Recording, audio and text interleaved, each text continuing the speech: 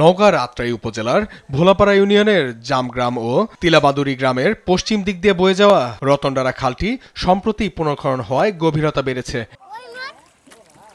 খালের পূর্ব পাশে শত শত পরিবার বাস করে এবং পশ্চিম দিকে বিস্তীর্ণ ফসলের মাঠ রয়েছে, যেখানে কৃষকরা বিভিন্ন ফসল চাষ করেন।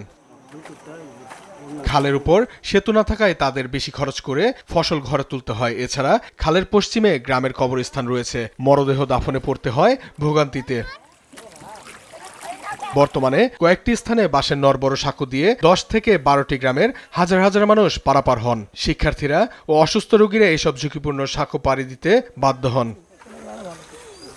জরুরি স্বাস্থ্যসেবা, শিক্ষার্থীদের বিদ্যালয়ে যাতায়াত ও কৃষি পণ্য পরিবহনে এখানে একটি ব্রিজ নির্মাণ অতীব জরুরি। পার হওয়া পাই না বাবা, পার হওয়া পাই না, তাহা পাই না, ধান পান আবাদ বইনা দেওয়ার সেই কষ্ট বাবা, সালপালে সেই কষ্ট। 4টা-5টা স্কিমে ধান উঠবে বাড়ি, 43 বিঘে মাটির ধান উঠবে 2 শরিকত। ধান পানলে আসা খুব বিপদ বাবা, যাওয়া আসার খুব বিপদ।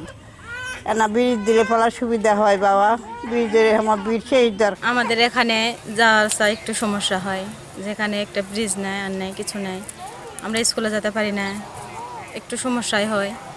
যে একটা বাড়ি গাড়ি আসবে, এখানে বাড়ি আসে এপার একটা গাড়ি আসে না, কিছু আসে না। আমরা স্কুলের স্টুডেন্ট, আমরা যাতে একটু ভয় পাই ওখানে যেতে, স্কুলে যেতে, পড়াশোনার জন্য করতে যাওয়া লাগে। আমাদের বাচ্চা কাচ্চা স্কুলে যেতে খুব কষ্ট হয়, রাতে আন্ধারে যেতে পারি না, আমরা ভয় হয়, পড়ে যাওয়ার ভয় হয়। আবার মাঠের থেকে ধান আনতে আমাদের খুব কষ্ট হয়। কৃষকেরা কাজ করতে চায় না, ওপার থেকে ধান আনা যায় না, ওপারকার লোক ধান এপার কাটলে পালা লিয়া যাবার চায় না, আমাকে খুব কষ্ট হয়।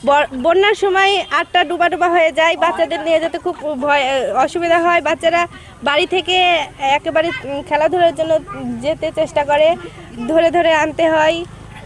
তাছাড়া স্কুলে যাওয়া, মাদ্রাসায় যাওয়া বাচ্চাদের খুবই অসুবিধা হয়। যদি ব্রিজটা হয় তাহলে আমাদের খুবই উপকার হয়। স্থানগুলো পরিদর্শন করে ব্রিজ নির্মাণের পদক্ষেপ নেওয়া হবে বলে জানান নির্বাহী প্রকৌশলী তোফায়েল আহমেদ। আমি যতটুকু জানতে পেরেছি, রাস্তাটা যে ডিরেকশনে গেছে সেই রাস্তা সেই একই ডিরেকশনে সেই খালটা খননও করা হয়েছে এবং খালটা পার হয়ে যখন আমি ডান দিকে যাব তখন সেখানে কিছু বাঁশের ব্রিজ আছে। আমি যতটুকু জানতে পেরেছি সেখানে এখনো খালটা পার হয়ে আমাদের কোনো মাটির রাস্তা বা কোনো এমব্যাঙ্কমেন্ট নাই বা পাকা রাস্তা তো নাই। তো পাকা রাস্তা যখন হয়ে যাবে বা কাঁচা রাস্তা হয়ে যাবে তখন সেই গ্রামটার সাথে কানেকশন দেওয়ার জন্য আমরা ব্রিজ করার চেষ্টা করব। খালের উপর একটি ব্রিজ নির্মাণ করে এই অঞ্চলের মানুষদের অর্থনৈতিক, আর্থিক ও সামাজিক পরিবর্তনের চাকাকে সচল করতে সরকারের আন্তরিক উদ্যোগ দেখতে চান স্থানীয়রা। নিউজ ডেস্ক, দেশ টিভি।